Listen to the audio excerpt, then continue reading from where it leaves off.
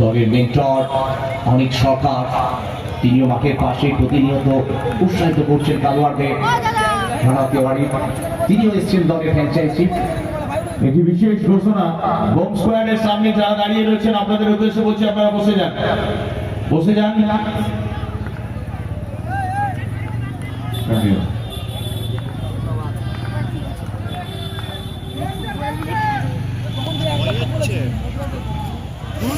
আবার একটি বল, no ball.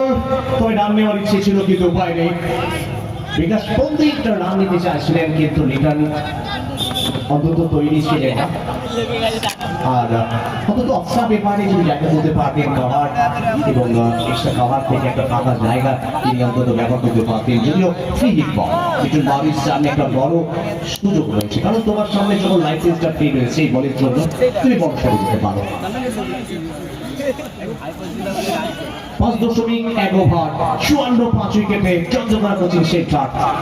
পরে তাদেরকে ব্যাটিং করতে হচ্ছে। আমরা বাপি বাবুকে দেখছি কোচিং সেন্টারের যিনি ট্রেনার, প্রতিনিয়ত উৎসাহিত করছেন দলকে। আর সাথে সাথে এবার জায়গা করেছে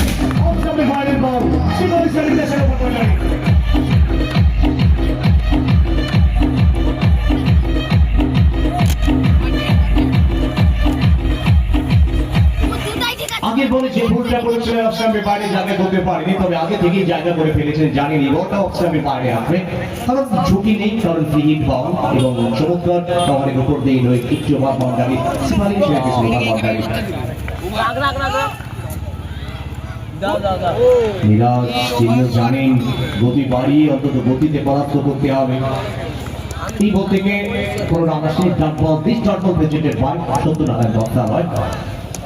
চমৎকার ম্যাচ, হাড্ডাহাড্ডি লড়াই, পরতে পরতে উত্তেজনা, বিকেল দর্শকদের আগমনে মুখরিত হয়েছে। প্রত্যেকে এনজয় করছে আজকের এই শেষ কোয়ার্টার ফাইনাল ম্যাচটি।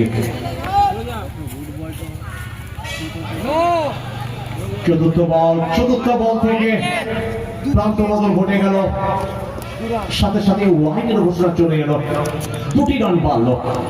অর্থাৎ আবার একটু বেশি বল করতে হবে, এখান থেকে 2টি বোনাস রান চলে এই বল থেকে।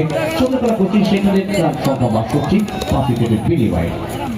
6ষ্ঠ ওভারে খেলা চলছে, ঘিরে আসছে দর্শক। আমরা যদি দেখি মাঠে আসার জন্য যে মেন প্রবেশদ্বার, সেটা কিন্তু নিশ্চয় প্রচুর মানুষের আগমন ঘটছে। আবারও বলবো খেলোয়াড়দের প্লিজ আর্গুমেন্ট করবেন না।